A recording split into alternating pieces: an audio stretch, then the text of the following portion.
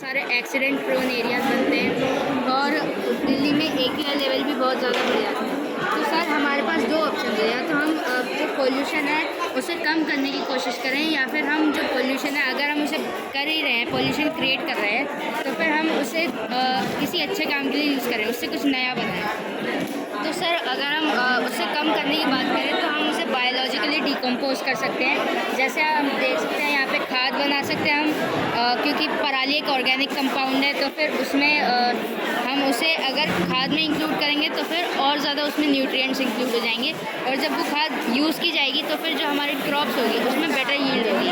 और जैसे हम कंपोस्ट को कहते हैं कि अगर सॉइल के साथ हम ज़्यादा यूज़ करेंगे तो फिर सॉइल एसिडिक हो जाती है।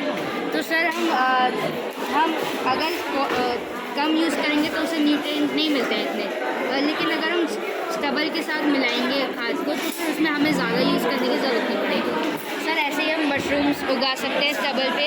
और जैसे कि हमने पिछले साल देखा था पूसा इंस्टीट्यूट ने एक कैप्सूल लॉन्च करी है, बायोडिकम्पोजर कैप्सूल। सर वहाँ पे आप देख सकते हैं उसमें एक सॉल्यूशन बनाना होता है हमें, जो कि हमें फील्ड्स पे स्प्रे करना होता है, और उससे वो जो स्टबल होगी फील्ड पर ही डिकम्पोज हो जाएगी।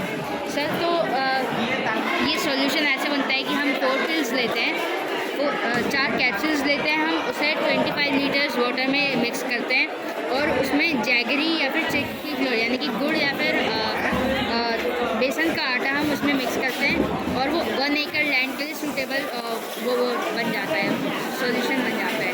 सर फिर उसे लेकिन हम सिर्फ बासमती राइस के फील्ड्स पर ही यूज़ कर सकते हैं।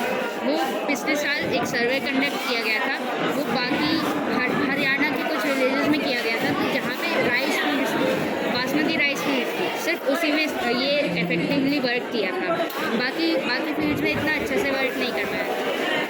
सर फिर हमारे पास है पेपर प्रोडक्शन इंडस्ट्रीज़। जैसे पेपर प्रोडक्शन इंडस्ट्रीज जो होती है वो डिफॉरेस्टेशन को प्रमोट करती है, उसमें टिम्बर के लिए डिफॉरेस्टेशन किया जाता है और पेड़ काटते हैं तो फिर ग्लोबल वार्मिंग बढ़ती है। तो सर उसे प्रिवेंट करने के लिए एक स्टेप कह सकते हैं हम इसे, कि हम जो पराली है उसका यूज़ करें लकड़ी की जगह। सर जैसे हम जो पराली होगी उसे हम स्मॉलर पार्टिकल्स में कन्वर्ट करेंगे, फिर हम डाइजेस्ट में उसे कंटिन्यूसली कुक करेंगे ताकि उसका पल्प रेडी हो जाए। सर लेकिन ये जो पल्प होगा वो बहुत ज़्यादा बाइंड नहीं होगा, स्ट्रॉन्ग नहीं होगा, तो फिर उसे मिक्सर में हम डालेंगे स्ट्रेंथन करने के लिए, और फिर जब वो पल्प पूरा रेडी हो जाएगा फिर हम उसे भेजते हैं फॉर्मेशन एंड ड्राइंग के लिए, जहाँ पे पेपर लास्ट स्टेज होता है उसमें रेडी होता है पेपर। उसमें एक मेश होती है, जाली होती है, उस पर रख के हम पूरा पल्प स्प्रेड करते हैं और फिर उस पर हम प्रेस करते हैं ताकि जो एक्सेस केमिकल्स है, वाटर है, वो सारा बाहर निकल जाए। फिर सर हम उसे ड्राइंग के लिए भेजते हैं, जहाँ पे उसका जो बाकी का बचा खुचा मॉइस्चर होगा वो भी ख़त्म हो जाएगा। फिर सर इस तरह से पेपर बनता है, ठीक है। और अब हम अगर हम पॉल्यूशन कर रहे हैं तो फिर हम उसे किसी नई चीज़ को बनाने में करें। जैसे कि हमें पता है कि अगर हमारे पास फ्यूल ज़्यादा होगा तो हम इलेक्ट्रिसिटी भी ज़्यादा बना पाएंगे। तो सर अभी करेंटली क्या होता है, थर्मल पावर प्लांट्स में जो बॉयलर्स होते हैं उनका यूज़ किया जाता है पानी को बॉयल करने के लिए, स्टीम में कन्वर्ट करने के लिए। लेकिन सर उसमें जो कंबशन का प्रोसेस होता है उसमें कोल का यूज़ किया जाता है, जो कि नॉन रिन्यूएबल रिसोर्स है। तो सर जो नॉन रिन्यूएबल रिसोर्स है हमें उसे भी कंजर्व करना है। तो हमें उसे कंजर्व करने के लिए भी एक स्टेप है कि हम उसे पराली को या तो डायरेक्टली यूज़ करें या फिर पराली से हम वो बनाएं, एक फ्यूल बनाएं और उसको फिर वहाँ पे यूज़ करें। तो सर फ्यूल बनाने के कई तरीके होते हैं, लेकिन उनमें से एक है पायरोलाइसिस। सर पायरोलाइसिस में क्या होता है, हम जो बायोमास होगा उसे ऑक्सीजन की एब्सेंस में उसे हम थर्मली डिकम्पोज करेंगे, और फिर जब हमारे पास मटेरियल तैयार होगा हम उसे अलग अलग स्टेजेस में भेजेंगे जहाँ पे उससे फ्यूल बनाया जाएगा, उससे फ्यूल एक्सट्रैक्ट किया जाएगा। तो हमारे पास 3 स्टेट्स में वो फ्यूल बचता है। एक होता है पाउडरी सॉलिड जो कि कहलाता है बायोचार, और एक होता है लिक्विड बायो ऑयल, और सर जो गैसियस स्टेट में हमारे पास बचता है वो होता है सिनगैस फ्यूल।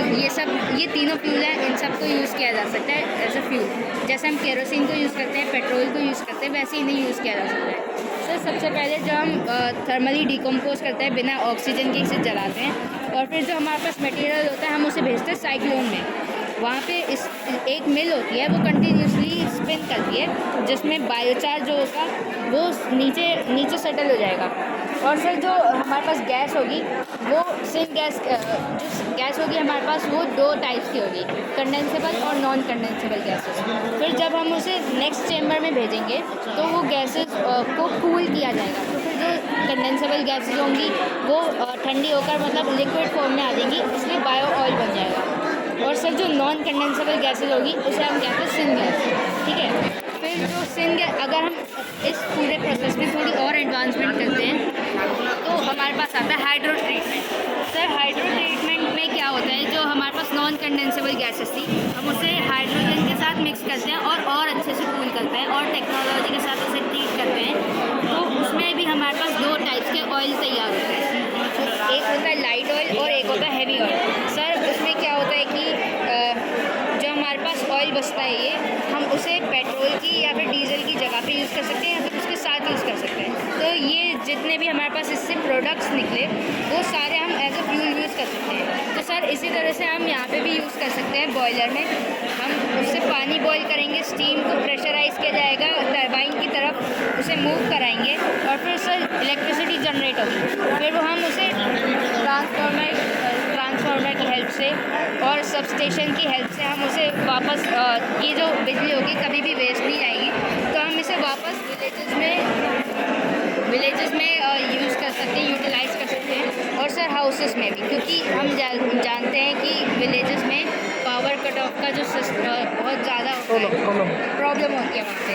तो सर इस तरह से हम पूरी कंट्री की डेवलपमेंट में हेल्प कर सकते हैं, जिसे हम वेस्ट की तरह ट्रीट करते हैं, जला देते हैं, उससे हमारी एम्प्लॉयमेंट रेट बढ़ सकती है, हमारी इकोनॉमी बढ़ सकती है कंट्री की, और इससे हमारा इंपोर्ट एक्सपोर्ट भी काफ़ी ज़्यादा बढ़ सकता है। जैसे हमने मशरूम्स का देखा था, इलेक्ट्रिसिटी हम कर सकते हैं और पेपर भी कर सकते हैं।